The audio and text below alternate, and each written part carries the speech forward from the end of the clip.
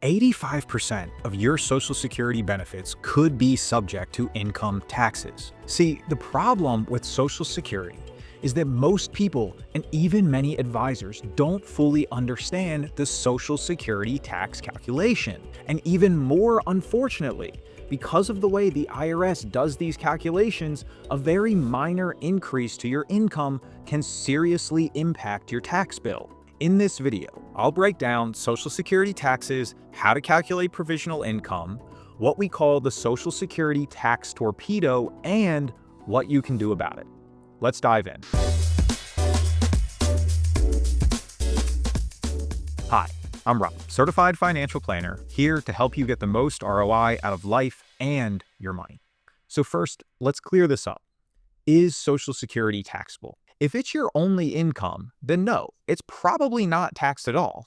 But if you have other income from retirement accounts, pensions, dividends, or capital gains, then yes, your benefits can and likely will be taxed. The question is, how much? And how much depends on something called provisional income. Provisional income, or sometimes called combined income, is the formula the IRS uses to decide how much of your Social Security benefits could be subject to income taxes. To calculate our provisional income, or what is sometimes called combined income, we're going to take 50% of your Social Security benefits and then add all other taxable income like IRA withdrawals, pensions, capital gains, and then add any tax-exempt interest like municipal bond interest. And yes, even tax-free municipal bonds and long-term capital gains still count towards the provisional income calculation.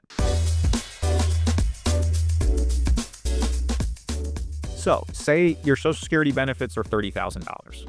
Your provisional income would be $15,000, half your Social Security plus any other income. Once you know your provisional income, you can compare it to these IRS thresholds that tell you how much of your Social Security could be subject to taxes. For married filing jointly people whose provisional income is under $32,000, 0% is taxable, so you're in the clear. From $32,000 to $44,000, up to 50% could be taxable, and over $44,000 of provisional income means up to 85% of your benefits could be taxable. One of the problems is that these thresholds have not changed since 1993, which is a little bit hard to believe, but it is the way that it is. And because of this, more and more people are being impacted by these thresholds and the provisional income calculation.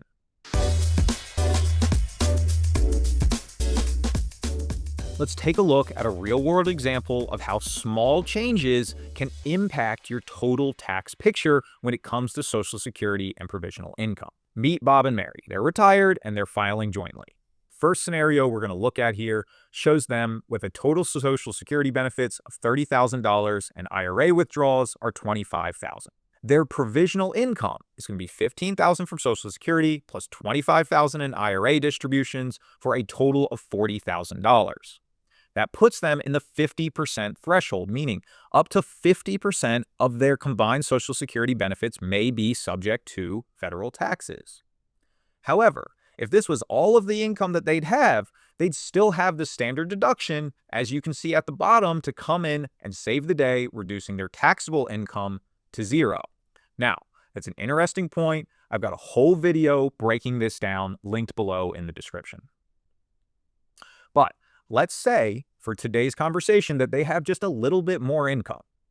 In scenario 2, let's say Bob takes just an extra $5,000 from his IRA, maybe to fix a roof or take a trip. Who knows? You can see here the Social Security is still $30,000. Their IRA withdrawals are now $30,000 instead of $25,000. So their provisional income becomes $15,000, half of Social Security, plus $30,000, meaning their total provisional income is $45,000. So now they've crossed the IRS threshold where up to 85% of their Social Security benefits, or $25,500, could become subject to federal income taxes. Check it out. In this example, we can see here, adding just $5,000 in retirement withdrawals increases their ultimate adjusted gross income, or AGI, from $29,000 in scenario 1 to $36,850. That's an increase of $7,850, so almost $8,000 more in AGI from only $5,000 in additional withdrawals. That's the tax torpedo just getting warmed up. And it's all a function of the provisional income calculation, increasing the percentage of Social Security benefits subject to taxes.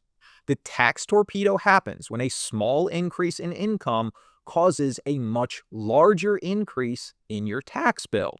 We have to watch out for this, because look what happens. In scenario 3, it gets much worse. Let's say instead of $30,000 of IRA withdrawals, Bob takes $50,000. So, in the grand scheme of things, only an extra $20K of IRA withdrawals for the whole year, you'd think it shouldn't be that big of a deal. But look what happens. In scenario 3 here, compared to scenario 1, and especially scenario 2, $20,000 of extra withdrawals, you took your AGI from $36,000 to almost $74,000. $20K of withdrawals caused your AGI to go up by $37,000.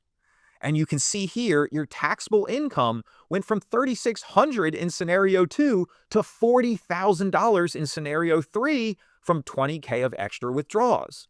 And again, this is all caused by the provisional income calculations for Social Security benefits. So you can see how dangerous the Social Security tax torpedo can be if you're not careful.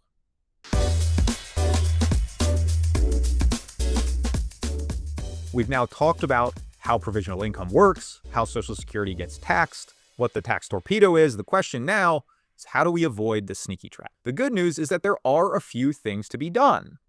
Here are 4 ways to help you stay in control of your taxes during retirement. Number 1, know the thresholds for provisional income. Just know the rules, pay attention to them. Number 2, know how things like capital gains and Roth conversions can impact taxes on Social Security, driving up your total taxable income, and therefore should play into your decision about when to start Social Security benefits in the first place. Number 3, if you're like many of the people that we work with, and you have some of these other strategic planning opportunities, consider delaying Social Security. You'll get a larger benefit, and you'll have more flexibility to strategically plan for things like Roth conversions and taking large capital gains. Number 4, work with your advisor or tax person to help you leverage the new standard deductions for older individuals and other opportunities to help you limit the amount of taxes you end up paying on your Social Security, regardless of what the provisional income calculation has to say.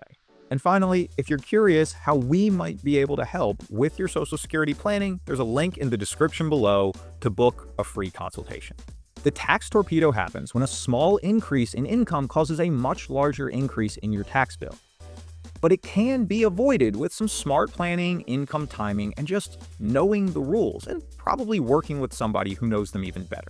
Thank you for joining us today. If you enjoyed this video, don't forget to hit that subscribe button, and we'll see you next time.